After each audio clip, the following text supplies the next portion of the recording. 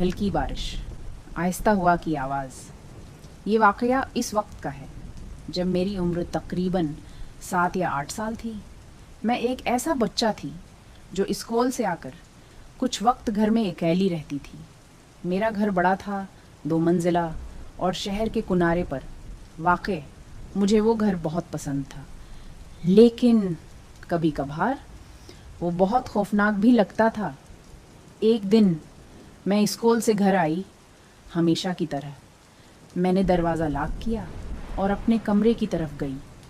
लेकिन जैसे ही मैं मुड़ी, मैं रख गई। कुछ मुख्तलिफ था। ऐसा लगा जैसे घर में कोई और भी मौजूद है और वो मुझे देख रहा है। मैं बिल्कुल साकत खड़ी रही। मैंने खुद को मजबूर किया कि मैं सुनूं किसी के कदम, किसी की सांस, कोई भी गैर मामूली आवाज़। लेकिन सिर्फ घर की चरचराहट और खामोशी। मैं बहुत डर गई थी, लेकिन फिर भी मैंने हिम्मत की। मैं आहिस्ता आहिस्ता सीढ़ियों की तरफ बढ़ी और ऊपर गई। हर कमरा चेक किया, एक एक करके, लेकिन कोई नहीं था। फिर भी वो एहसास कि कोई मुझे देख रहा है ख़त्म नहीं हो रहा था। जैसे जैसे मैं कमरे चेक कर रही थी, वो एहसास और करीब आ रहा था। आखिरकार मैं नीचे वापस आई। अब मैं तकरीबन रोने वाली थी।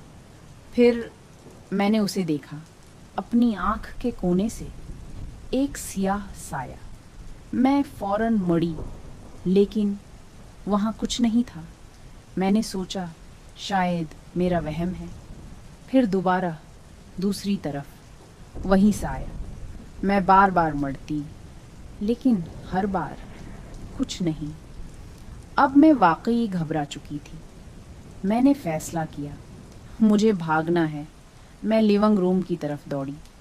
मुझे ऐसा महसूस हो रहा था जैसे वो चीज़ मेरे बिल्कुल पीछे है। मैं गलत समत में भागी। बाहर जाने के बजाय मैं बाथरूम की तरफ भागी, क्योंकि वो वाहिद कमरा था जहाँ दरवाज़ा लॉक हो सकता था। जैसे ही मैं भाग रही थी, मुझे ऐसा लगा जैसे अंधेरा मेरे इर्द गिर्द बंद हो रहा है, जैसे कोई जाल मुझे कैद कर रहा हो। ये सब सिर्फ चंद सेकंड्स में हुआ, लेकिन मुझे लगा जैसे वक्त रख गया हो। और फिर जैसे ही मैं बाथरूम में दाखिल हुई, किसी ने मेरी गर्दन पकड़ ली। ठंडे मजबूत हाथ। मैं सांस नहीं ले पा रही थी। और फिर सब कुछ स्याह हो गया। गहरा पॉज, बारिश की आवाज़ तेज़। मैं चीखते हुए जाग गई, लेकिन मैं इसलिए नहीं चीख रही थी कि मैं डर गई थी। मैं इसलिए चीख रही थी क्योंकि कोई मुझे पकड़े हुए था। वो मेरी माँ थी। वो मुझे मजबूती से गले लगाए हुए थी और रो रही थी। मैं अभी भी कांप रही थी। फिर उसने मुझे बताया कि उसे भी उसी रात एक ख्वाब आया था। उसके ख्वाब में वो सुबह उठती है और अपने मामूल के मुताबिक अंधेरे में बाथरूम जाती है। जैसे ही वो अंदर दाखिल होती है, कुछ उसके कुंधे को छूता है। वो कंफ्यूज हो जाती है और लाइट ऑन करती है, और जो वो देखती है, आहिस्ता खौफनाक टून। मैं मर चुकी होती हूँ और रस्सी से लटकी हुई होती हूँ।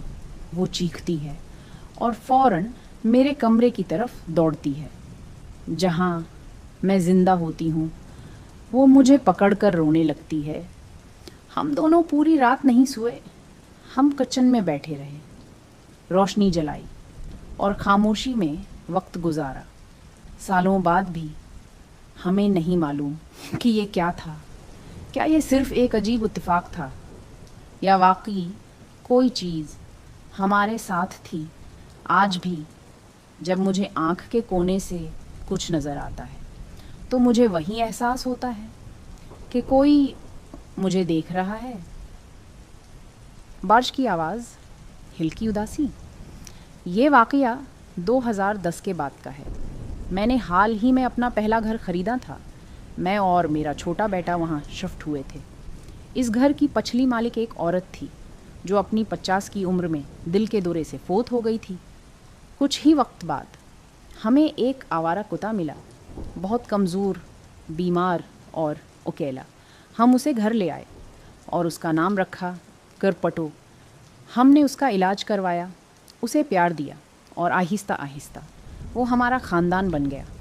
वो बहुत वफ़ादार था, बहुत प्यारा और हमेशा मेरा ख्याल रखता था। लेकिन उसकी सेहत कभी ठीक नहीं रही, कभी अजीब रजी, कभी रसूलियाँ और आखिर में एक बीमारी जिसने उसके जगर को तबाह कर दिया।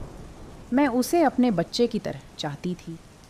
हमने बेशुमार घंटे वेटरनरी क्लिनिक में गुजारे और उसी दौरान हम दोनों के दरमियान एक ख़ास रिश्ता बन गया। फिर 2017 के आखिर में वो बहुत ज़्यादा बीमार हो गया। वो खाना छोड़ चुका था, कमज़ोर हो चुका था और आखिरकार मुझे वो फ़ैसला करना पड़ा जो कोई भी मालिक कभी नहीं करना चाहता। मैं उसे वेट के पास ले गई और उसे हमेशा के लिए अलविदा कह दिया। खामोशी, बारिश। लेकिन उससे कुछ दिन पहले एक अजीब चीज़ शुरू हुई। हमारे किचन में एक आम सा माइक्रोवेव था। एक दिन मैंने उस पर एक नोटिफिकेशन देखा, मैसेज। मैंने पहले कभी इस बटन पर तोजा नहीं दी थी, लेकिन उस दिन एक छोटा सा सरख लाइट जल रहा था, जैसे कोई कह रहा हो, उसे दबाओ। मैंने बटन दबाया और एक रिकॉर्डिंग चलने लगी। ज़्यादातर शोर, लेकिन किसी की आवाज़ भी थी, गहरी और अजीब लहजे में। मैंने सोचा शायद कोई पुरानी रिकॉर्डिंग होगी या माइक्रोवेव में ख़राबी। मैंने इस बात को नज़रअंदाज कर दिया, लेकिन मेरे बवाए फ्रेंड ने नहीं किया। वो इस आवाज़ को समझने की कोशिश करता रहा, बार बार उसे सुनता, सुबह शाम हर वक्त। मैं इस वक्त ज़हनी तौर पर थक चुकी थी। मेरा कुत्ता मर रहा था, मुझे इस रिकॉर्डिंग से ज़्यादा फ़र्क नहीं पड़ा। फिर वो दिन आ गया जब मैंने करपटो को खो दिया। मैं टूट चुकी थी। रात को मेरा बुआए फ्रेंड घर आया और हमेशा की तरह वो इसी माइक्रोवेव के सामने खड़ा था।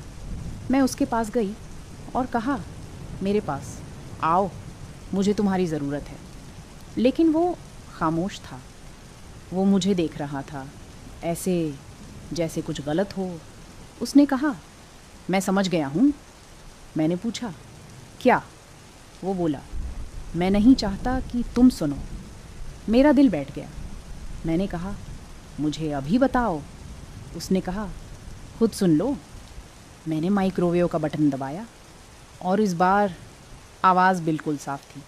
कोई शोर नहीं, सिर्फ एक गहरी आवाज़ जो आहिस्ता से कह रही थी, वो जल्द मरने वाला है। खामोशी। मेरा जिस्म सुन हो गया, क्योंकि इसी दिन मेरा कत्ता मर चुका था। आज तक हमें नहीं मालूम कि वो पैगाम कहाँ से आया, क्यों आया या किसने भेजा। लेकिन एक बात हम आज भी नहीं भूल सके, वो आवाज़ और वो अल्फाज। वो मरने वाला है। हल्की बारिश, दूर कहीं हुआ की आवाज़। मैं एक 32 साला लड़की हूँ और ये वाक़या सिर्फ 2 हफ़्ते पहले का है। मैं अभी अपने नए अपार्टमेंट में शिफ्ट हुई थी। मैं अकेली रहती थी, उसलिए ज़्यादा सामान नहीं था। उसी दिन शाम को मैं काम पर जाने के लिए निकली।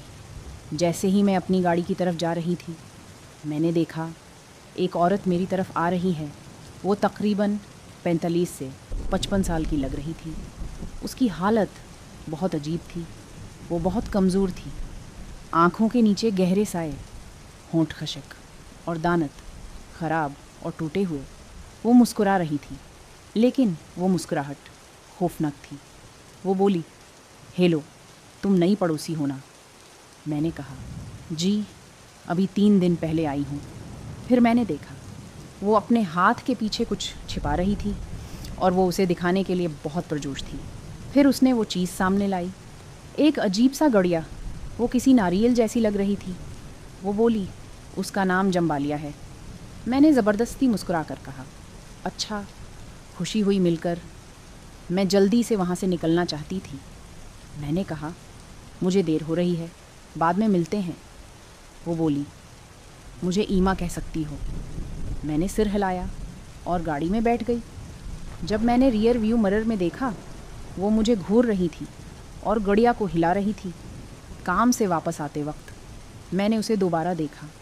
वो पार्किंग में सड़क के बीच में बैठी थी और इस गुड़िया के साथ खेल रही थी। वो मुझे देखकर मुस्कुराई। मैंने खुद को नॉर्मल जाहिर करने की कोशिश की। मैं गाड़ी पार्क करके बाहर निकली। दिल में सिर्फ एक ही दुआ थी, बस ये मेरे पास ना आए। मैं अंदर जाने लगी। तब मैंने उसे गाना गाते हुए सुना, जम्बू जम्बू जम्बू। वो आहिस्ता आहिस्ता गुड़िया का नाम दोहरा रही थी। मैं तेज़ चलने लगी। दरवाजे के करीब पहुंचकर मैंने आखिरी बार पीछे देखा। वो अब गाना नहीं गा रही थी। वो खड़ी थी, एक हाथ में गड़िया और दूसरा अपने दिल पर, और वो मुझे घूर रही थी।